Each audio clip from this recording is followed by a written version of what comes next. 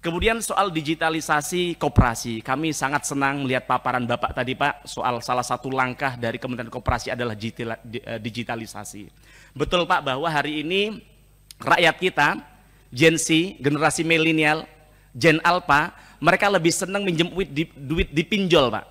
Padahal kita tahu bahwa ternyata di Renstra yang saya baca, 50% koperasi kita itu bergerak di dunia pinjam-meminjam.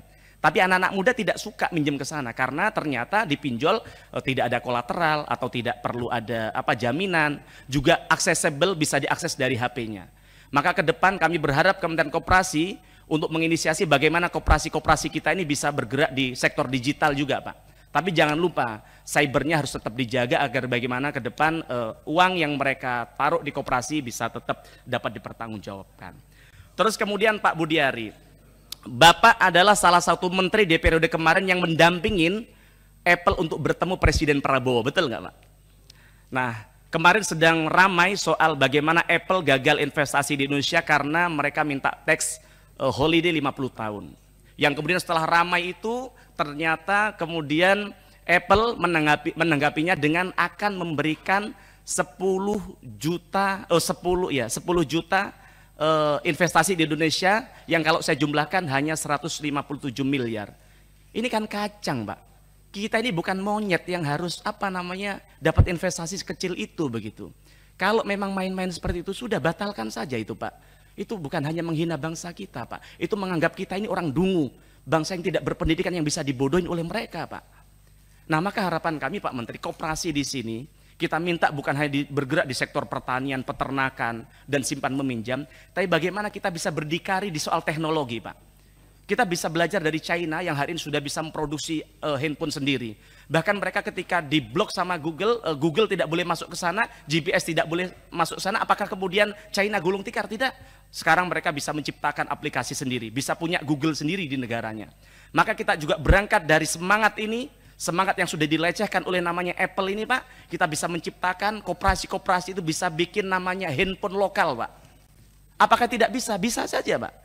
Kalau negara kita punya ambil peran memblok bagaimana handphone dari luar negeri tidak boleh lagi masuk ke Indonesia. Karena Presiden Prabowo kita lihat punya semangat untuk bagaimana melokalisasi. Wong kendaraan saja bisa, maung saja bisa, masa handphone aja kita tidak bisa, kan begitu Pak. Nah harapan kami itu bisa dilakukan. Tapi kemudian Pak kalau baca soal ramai-ramai Apple tadi ada ini komentar netizen yang menarik Pak. Yaitu soal wah Pak Mufti kita ini bukan hanya dilecehkan oleh Apple. Ada orang bangsa kita yang melecehkan kita sendiri Pak. Yaitu Fufu Fafa katanya mereka Pak. Nah mohon maaf Pak Menteri kan pernah di Komdigi Pak ya. Kami ingin tanyakan Pak, agar ini simbol bangsa ini tidak dilecehkan terus-terusan sama netizen kita Pak. Saya kan juga nggak terima Pak, ini orang simbol bangsa kita ini dilecehkan oleh netizen. Maka kami ingin tanya kepada Pak Menteri, yang katanya Fufu Fafa itu sebenarnya bukan yang dituduhkan oleh netizen ini Pak. Nah maka sebagai bentuk pengabdian Bapak kepada negara, agar kegalauan rakyat ini bisa kemudian tidak terus-terusan terjadi, kami ingin diungkap di tempat ini sebenarnya yang Bapak sampaikan Fufu Fafa itu bukan si yang dituduhkan oleh netizen tadi, sebenarnya siapa Pak? Agar ini biar segera selesai, agar para pemimpin bangsa ini bisa fokus bekerja sesuai dengan tupoksinya Pak. Nah terus kemudian yang terakhir soal judol Pak. Soal judol masih terkait dengan tadi pinjol Pak, yang saya sampaikan bahwa pinjol ini lingkaran setan dengan judol Pak. Yang ternyata setelah usut punya usut, ternyata banyak sekali orang yang terjerat yang mereka bergerak di bisnis judol ini ternyata orang-orang terdekat Pak Budi Ari begitu Pak, di Kementerian Komdigi di periode sebelumnya. Nah maka ini mohon diklarifikasi di tempat ini Pak, karena sampean tahu bahwa judol ini dampaknya luar biasa Pak. Bukan hanya merusak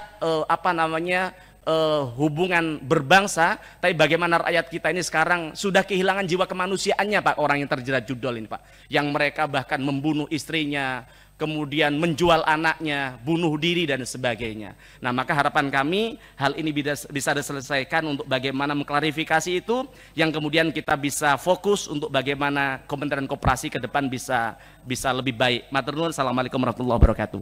Download Tribun X sekarang, menghadirkan lokal menjadi Indonesia.